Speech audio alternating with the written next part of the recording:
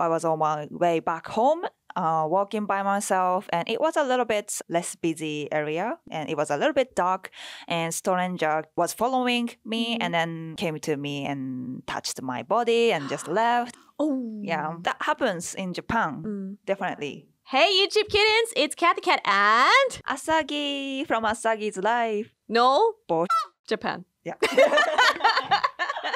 Today we're doing a triple collaboration, Ash Japanese, my channel here, and Asagi's channel. And we were just having a chat about being careful about our Amazon wish lists, thinking about like, oh, you know, we're just really careful about our addresses, where our addresses, how, for example, you said you can track people till the closest space or something like that? Yeah, I believe they can track one of the warehouse that they have near your place. So I thought that would be a little bit dangerous. Yeah, it's if you have a warehouse near you, then it might at least give people a range to, like a closer range to find you kind of thing.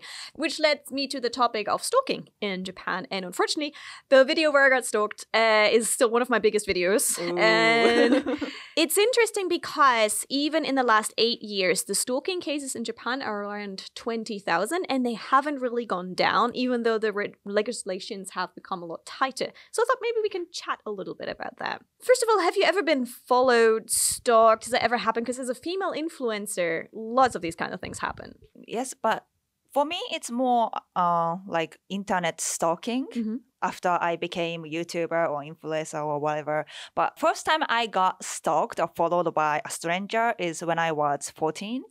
Oh, yeah. Were you wearing your school uniform or? No, I was actually wearing ordinary clothes and nothing really scandalous or anything. But I was just walking from Juku.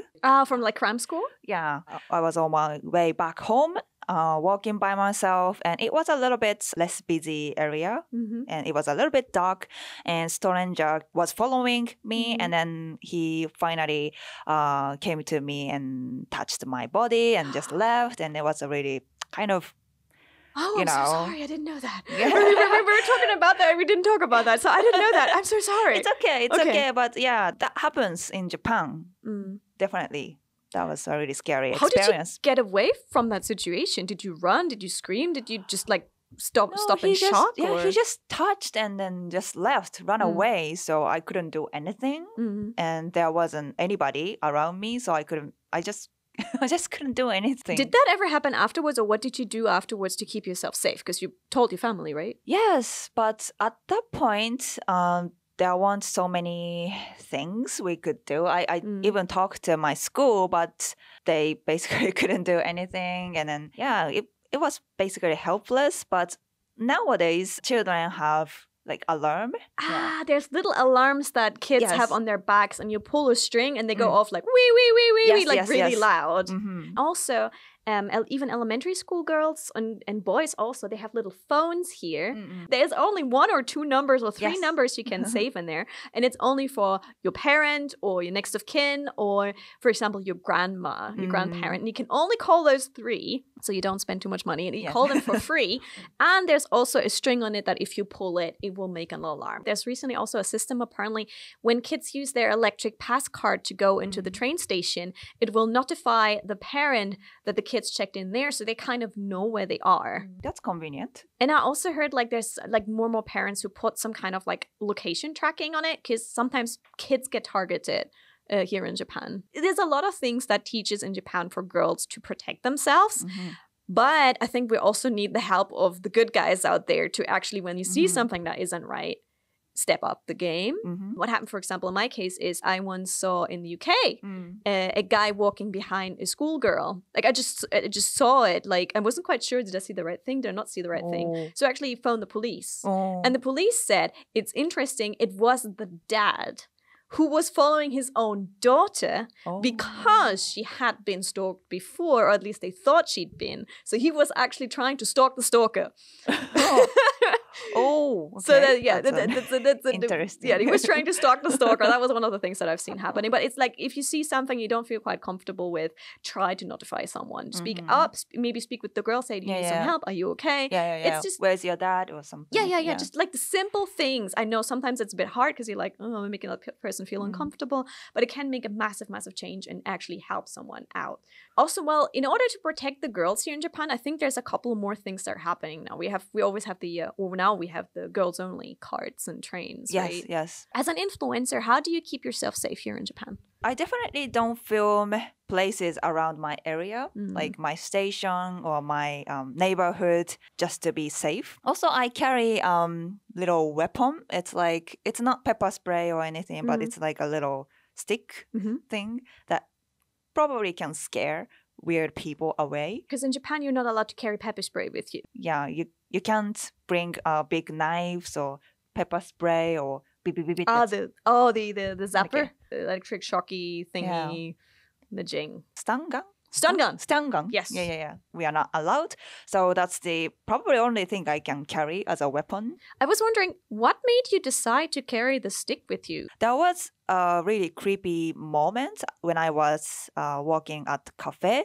There was a guy next to me, and then he kept like coming closer and closer, and then he like poked his legs around my area, and then it was like, what the it was kind of perverty. So I started filming, and I actually shared on my channel. It was really weird. I mean, he didn't touch, but it was like, his legs are here using and the there, legs, and then yeah, like it was. that's still harassment. Yeah. That's still harassment. Yeah, If you let's put say your that. legs around Yeah. someone, that's still harassment. After that, I thought I should have something, at least, not necessarily to attack him, but, scare him To away. deter, kinda. Yeah, because most of those guys are very coward. Like, he doesn't actually touch, but he, kind of harass me. Touching people on the trains is absolutely forbidden. There's a lot of posters against it. So they don't use their hands, but they will use other body parts. I've had like one who used the back of his hands that always ended up on my butt, and I'm like, Yeah. It's hard to raise your voice in that kind of situation. People are sneaky here. Yeah, they're very sneaky. They Yeah. they kind of find like little situations when they're like, this one's okay, right? Like, you yourself, you start doubting yourself. You're like, is this happening on purpose? I've seen it the other day, which really shocked me. There was a guy that just bumped into a girl on purpose. Like, he could tell there are that. a lot of guys like Yeah. that on train. Why? He wants to touch, like in anyhow. I guess. It's creepy. I was getting stalked once in Shinjuku. It sometimes seems if there's a crowded space, and it doesn't matter if I dress normally or if I dress in my fashion. Sometimes I get more problems when I dress normally, actually. This is my shield. It doesn't matter. Age doesn't matter too. I was not wearing anything revealing or anything at all. Someone just picked me out and then followed me into every game center. Every game center I went to, he was suddenly there. First, I thought it was a coincidence, but then he was always there. And I thought, okay, well, if I don't visit game centers anymore, it's fine. So I just walked around the area, and he then followed me around the area. Like, first it was a distance. I was like, okay, well, if you're at that distance, whatever. Yeah. But then he kept coming closer and closer and closer. That's And scary. closer and closer. And that's when I was at the point of like, okay, now I'm not cool with this anymore. And that's actually one thing that I found really helpful is in Tokyo is the koban. Yes, koban. The police boxes. They're everywhere here in Tokyo. And if you know what the nearest koban is, it is so good for anyone who has any kind of trouble. There's usually a police officer sitting in there. And even if there's no police officer in there, there's usually cameras in there. Right. So if you go in, I think can you still go in if there's no one sitting in it? I think you can go in anyways. Yeah.